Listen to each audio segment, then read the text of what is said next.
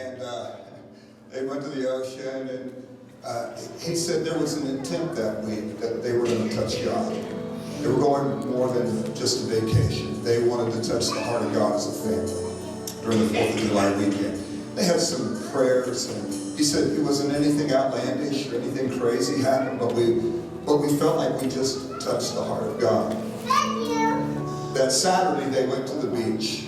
The whole family's out there. And he has two children, 10 and 9, and their cousins were there, all around the same age. The kids were out in the ocean, and not far on the Black River. He said the water was probably to here. They weren't really paying a lot of attention to the kids. They were from Italia, he said. And something distracted his attention away. And one of the little boys came running to him and said, "Hey, Jared, you might want to look at this." And he looked up, and his son is face down in the water, floating.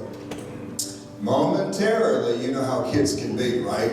You think, "Oh, he's messing with me." And he stood there and looked at him for a minute,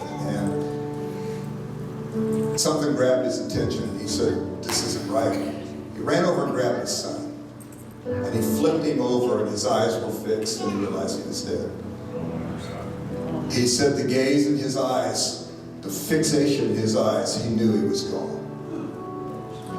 And he drug him, brought him to shore.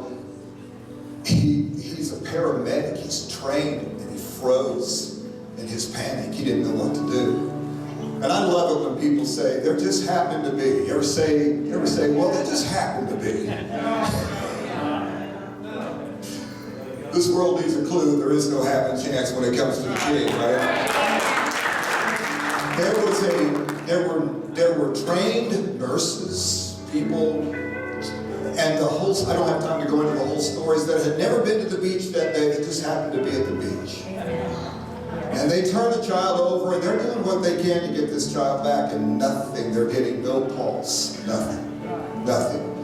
Jared says, "I'm blaming myself right now. What am I going to do without my son?" Check this out. His daughter and their 2 little cousins went and knelt at the feet of this little boy. Hold on. And his sister begins to talk to God and says, "God, if you take him, I'm still going to love you. But I raise a hallelujah." That's what she did. These 3 children begin to sing, "I raise a hallelujah in the presence of my enemy." They begin to sing and sing. And on point, the nurse says, "Hey, I got a pulse."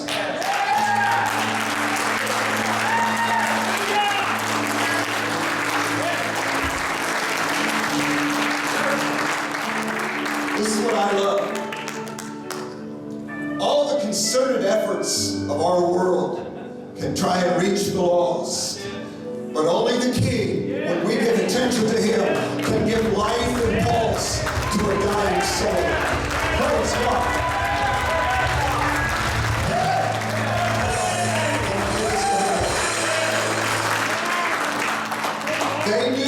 They said, "We need to get him into the ambulance, and we need to get him there now." And Jared said they picked his little boy up like a sack of potatoes. The ambulance had got there, and they threw him in the ambulance. And he said, "I didn't take offense to it. They had to get him to the hospital. They needed to do it now. The nurse said he'll live if they can get him there quickly." So they put him in the ambulance, and they take him to the farthest hospital away, 45 minutes, because the other one couldn't help this child. They didn't have the right place. And all the way there, these kids are in the back of the seat singing this song, "We raise a hallelujah in the presence of our enemy." We'll say this last thing. His cousin that was with them had been saved, but he had never developed his prayer tongue, ever. For what, Dylan, 3 years? He'd been asking God, "Give me a prayer tongue. I want to speak in tongues. I want to pray in tongues." And he's on the way, and he's riding in the front seat of the ambulance, and he starts to pray. And all of a sudden, this tongue comes out inside of him.